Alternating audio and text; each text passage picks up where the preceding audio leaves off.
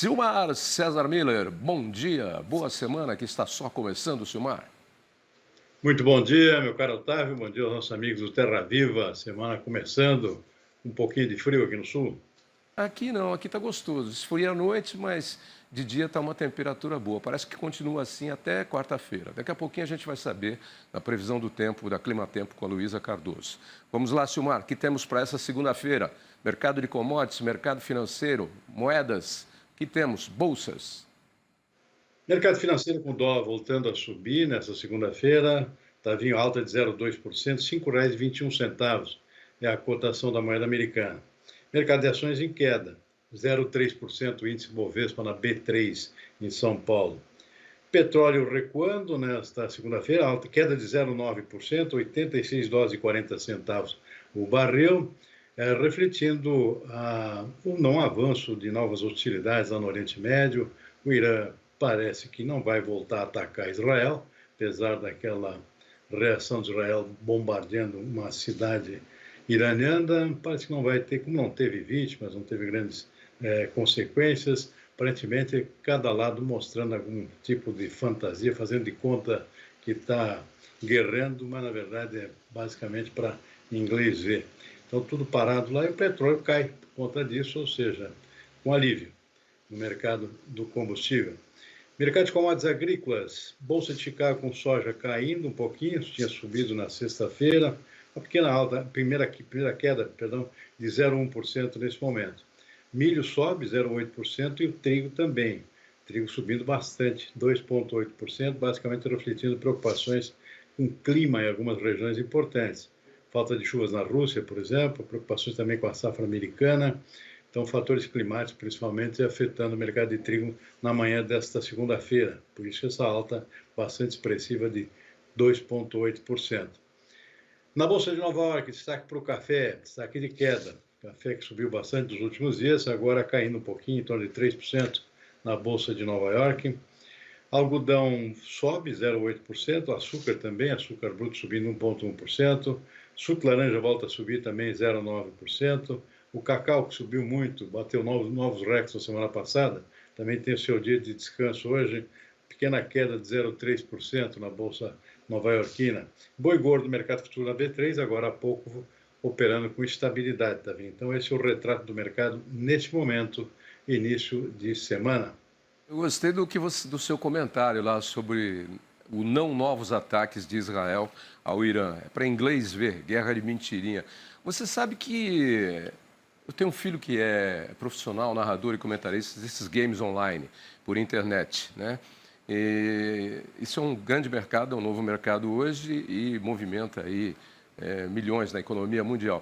Esse pessoal aí, eu vou falar para ele, sugerir lá para os ayatollahs lá e também para o pessoal de Israel, para começar a fazer games online, que é legal, é tão emocionante quanto a guerra, mas não morre ninguém, é tudo fictício, é pura ficção, entende? E aí eu acho que engrossa mais ainda esse mercado aí, eu sugeri, para fazer guerra de mentira que eles fazem, ainda põe em risco aí, de repente, pessoas e tal, né? Acho que podia, já que é para se divertir assim, de brincadeira, vai para os games online. O que você acha da ideia? Boa ideia, Davi. Não fere ninguém, né? Aí não fere ninguém. O Vem- pessoal se diverte. E se diverte ainda, e movimenta a economia, gera receita, patrocínio, etc. e tal. É um mercado novo aí de trabalho, dentro do jornalismo, da comunicação e da mídia, né? Como vai mudando. Como nós já acompanhamos diversas mudanças ao longo da nossa carreira, desde que começamos, né, Silmar? E assim vai mudando. Vem cá, vamos para duas notícias aí que mexem com o fornecimento de duas commodities no mundo. Primeiro, a cigarrinha do milho fez com que a projeção para a safra do grão na Argentina tivesse revisão para baixo. A projeção da safra foi reduzida de 57 para 51 milhões de toneladas na temporada 2023-2024, segundo representação do Departamento de Agricultura dos Estados Unidos em Buenos Aires.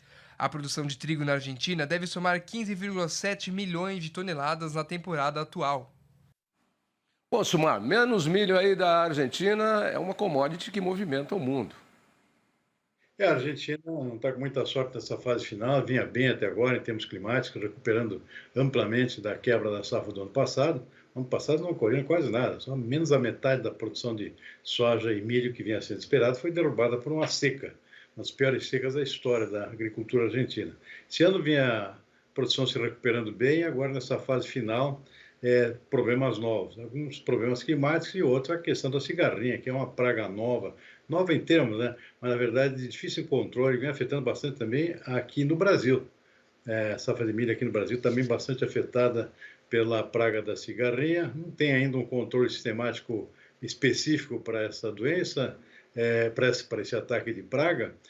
Portanto, os estragos às vezes são um tanto inevitáveis. O que aconteceu já aqui no Mato Grosso, principalmente em safra passada, acontece agora na Argentina também, derrubando a perspectiva de produção. Então, é um fenômeno novo aqui que está precisando de um controle mais efetivo. Está difícil por enquanto.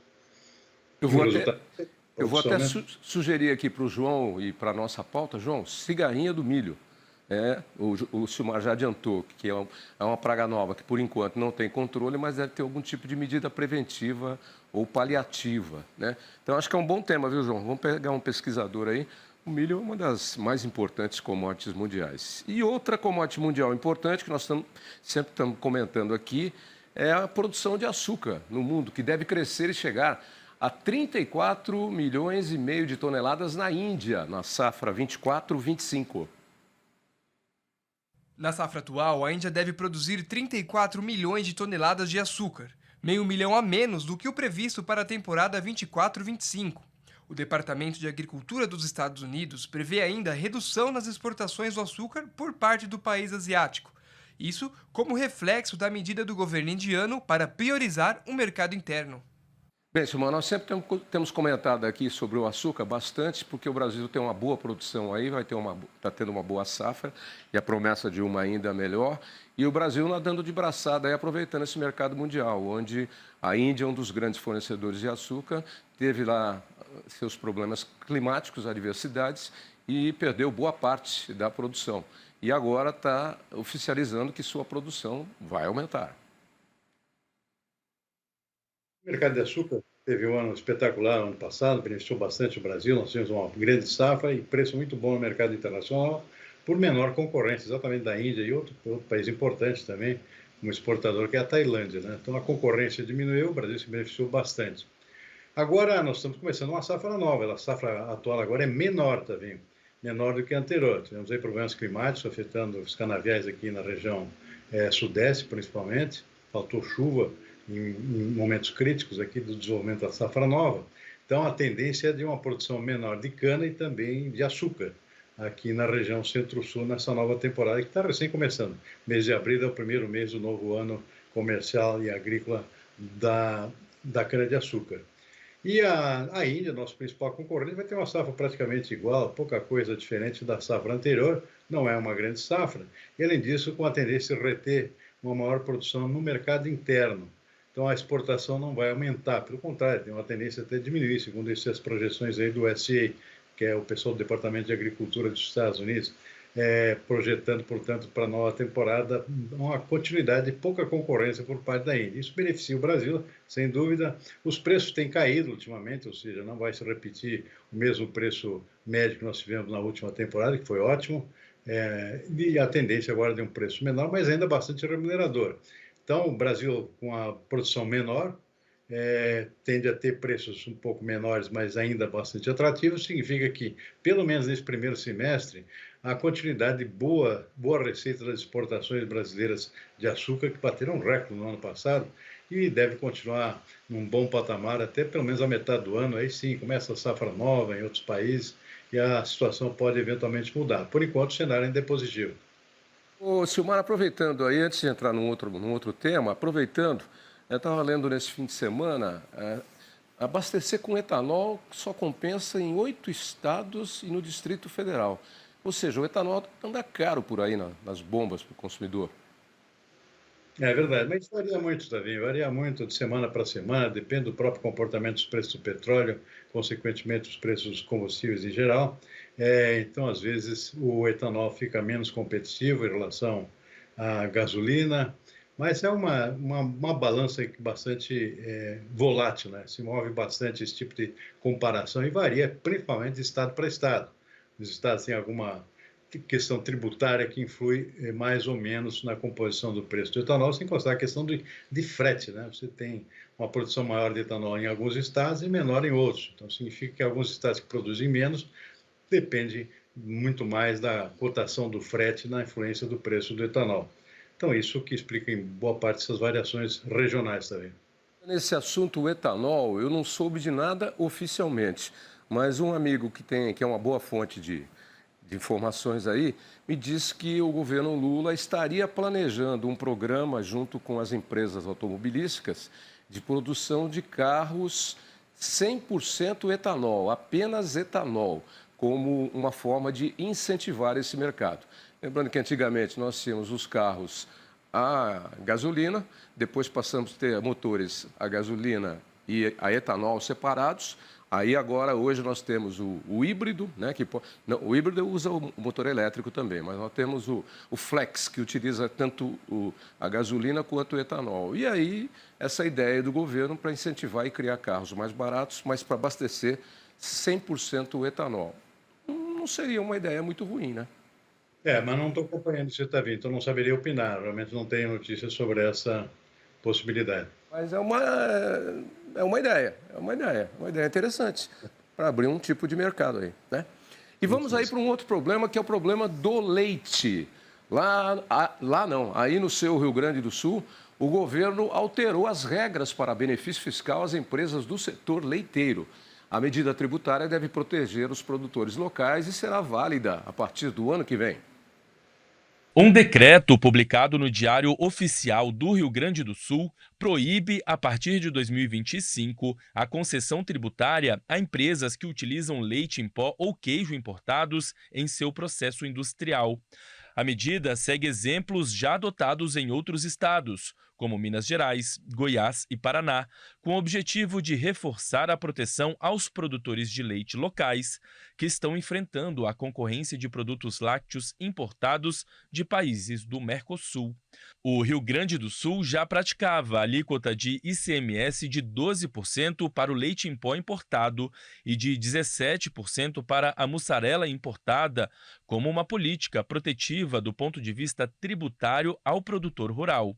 Agora, o acesso ao benefício do crédito presumido de ICMS, que permite a redução de impostos a serem pagos, será exclusivo às indústrias que comprarem leite nacional. O decreto pretende incentivar o uso de leite e queijo produzidos no mercado interno, o que fortalece a indústria, os produtores rurais e as cooperativas locais. A expectativa é que a medida aumente a renda e gere mais empregos no setor. Eu ia até colocar para a gente comentar, mas já foi adiantado aí no texto, na reportagem. Minas Gerais, Goiás e acho que Santa Catarina já tinham adotado medidas nesse sentido. Paraná? Já tinham adotado medidas nesse sentido e agora o Rio Grande do Sul também. Parece que os movimentos aí em defesa do produtor de leite do Brasil vão ganhando alguma força através dos governos locais. E essas medidas aí adotadas aí no seu Rio Grande do Sul, por exemplo, me parecem muito boas, porque não proíbe a importação. Se você quiser, você importa, ok? Tem comércio internacional para tudo. O do leite é um deles aí, principalmente com os nossos vizinhos aqui. Mas se você quiser comprar de produtores nacionais, você tem uma série de incentivos e benefícios. Bacana, hein? Mas deixa de ser um tipo de protecionismo, né? Sim. Se procura sempre evitar com políticas diferentes. Ou seja, o que está faltando aqui é que o fato é que o leite brasileiro ainda não tem condições de competir em igualdade de condições com o leite importado, né? Leite, especialmente dos nossos vizinhos aqui do Mercosul, são mais competitivos, têm uma produtividade mais alta, tipo de gado que eles produzem por lá também são gados europeus, né, com maior produtividade em termos de produção de leite, então acabam tendo alguma vantagem competitiva aqui, conseguindo trazer leite para cá por um preço menor do que o leite brasileiro. E, é claro, acaba prejudicando o produtor brasileiro. Agora, simplesmente proibir com taxação de importações acaba não resolvendo o problema, acaba sendo simplesmente uma medida protecionista, envolve questões também relacionadas a livre comércio com o Mercosul. O Brasil tem interesse em exportar também para esses países e não quer sofrer o mesmo tipo de medida que estamos adotando aqui contra o produto dos nossos vizinhos, ou seja, o mercado livre. Para isso existe o Mercosul. Então, é uma solução paliativa, não resolve, ela é protecionista, na verdade. O que resolve realmente é criar uma política de incentivo ao aumento da nossa competitividade. Aumentar as condições do produtor brasileiro conseguir competir com leite importado, com políticas de fomento a maior produtividade, ou seja, isso significa crédito, significa políticas de longo prazo. O fato é que o Brasil precisa realmente aumentar a sua produtividade para não precisar adotar medidas desse tipo aí que simplesmente acabam redundando em protecionismo puro e simples, né, também. Colocado, porque protecionismo pode gerar protecionismo também. E geralmente acaba gerando, né? É o troco, né? Eu vou dar na mesma moeda. A gente mesmo, às vezes, acaba fazendo isso aqui com alguns produtos que vêm de fora e alguns países que competem com a gente. Mas a verdade é que você tocou num ponto fundamental. O setor do leite no Brasil, ele anda, mas não anda. Diferente de outros setores que cresceram e se modernizaram rapidamente. Melhorou muito, perto do que era antigamente. Melhorou muito. Mas precisa de um trabalho conjunto, eu acho. Eu acho que o problema do setor do leite é que você tem um grande número de pequenos e médios produtores espalhados pelo Brasil e que produzem aí volumes baixos, né? E aí você tem 8, 10 gigantes aí que, através de cooperativas ou não, fazem a captação desse leite e produzem de uma forma mais competitiva, vamos chamar assim. E aí eu acho que acaba havendo uma desunião. Eu acho que a cadeia produtiva do leite acaba jogando muito que sozinha. Isso me faz lembrar nos Estados Unidos, onde todas as cadeias produtivas, a do algodão, a do milho, enfim, e a do leite não foge, elas são cadeias muito unidas. Os produtores de leite patrocinam, inclusive, uma das corridas da Fórmula Indy, lá, se eu não me engano, dando um banho de leite lá no corredor que vence, que nem a gente faz aqui nos nossos torneios leiteiros.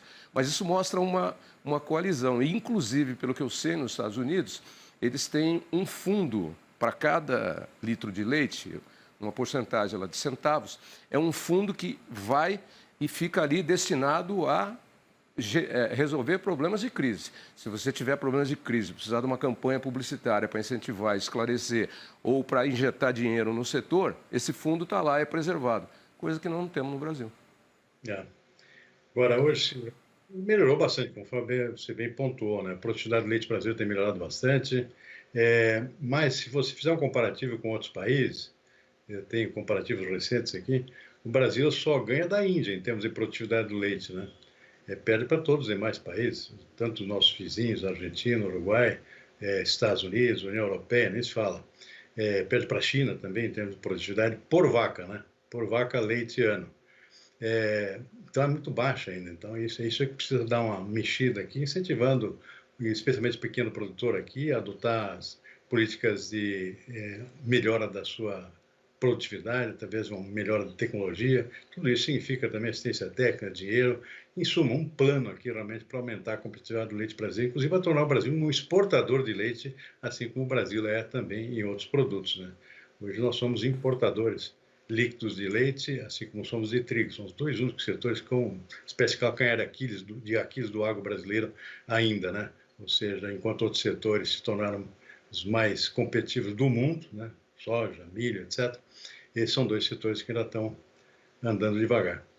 Que tem aí as tabelas, é só pegar a Nova Zelândia, daquele tamanhozinho, é uma gigante na produção de leite, uma grande exportadora, inclusive para grandes marcas aí que consomem o leite da Nova Zelândia, produzindo produtos aí derivados, chocolates e outros produtos pelo mundo inteiro. Agora, o resultado disso é isso, quer dizer, você está lá se fosse campeonato de futebol, a gente estaria na zona de rebaixamento, né? Porque a gente só perde para a Índia. Só ganha da Índia, desculpe. Então, se virar a tabela de cabeça para baixo, nós somos segundo colocado. E a Índia é o primeiro. Mas aí em falta de produtividade, e o que significa que está faltando investimento, está faltando tecnologia, está faltando união da cadeia. Porque na beira da lanterna lá, entendeu? Não é bom negócio, não. E no leite a gente está aí, caindo para a segunda divisão, se fosse futebol, hein? É verdade. Também. Claro que no trigo, você tem outro exemplo do trigo, mas o trigo não é uma questão de baixa produtividade, é diferente. É uma questão ainda de tecnologia para trigo mais ao norte do país, mais para o centro do país, ou seja, aumentar a produção com variedades de trigo tropicalizados, digamos assim. Então, a produção está muito concentrada no sul ainda, mas melhorou muito em termos de produtividade, em termos de qualidade. Agora, o leite não. No trigo nós estamos buscando novas áreas e novas tecnologias, né? E a cadeia produtiva do leite já está implantada. Desde que o Brasil é Brasil, que a cadeia produtiva do leite está aí e já podia estar num estágio muito mais avançado, como você bem citou, outros produtos, outras commodities agrícolas, onde o Brasil, nada de braçada hoje, deixa todo mundo para trás. O leite está aí, talvez seja uma das mais antigas cadeias produtivas do Brasil e é um problema ainda sem solução, como você bem disse, na vice-lanterna do Campeonato Mundial do Leite. É verdade também. Mas está melhorando, vamos torcer para essas coisas melhorarem. Está faltando uma política de maior incentivo por parte dos órgãos públicos, na verdade. Uma política nova para o leite brasileiro, incentivando o aumento da produtividade. Isso aí. Está em estudo isso aí. Então, só falta agora realmente a coisa começar para valer. Então, vamos acelerar e vamos implantar, pessoal. Vamos se mexer. Boa semana para você que está começando só. Amanhã a gente conversa de novo. Abraço, Silmar. Um abraço, Savinho. Até amanhã. Até amanhã.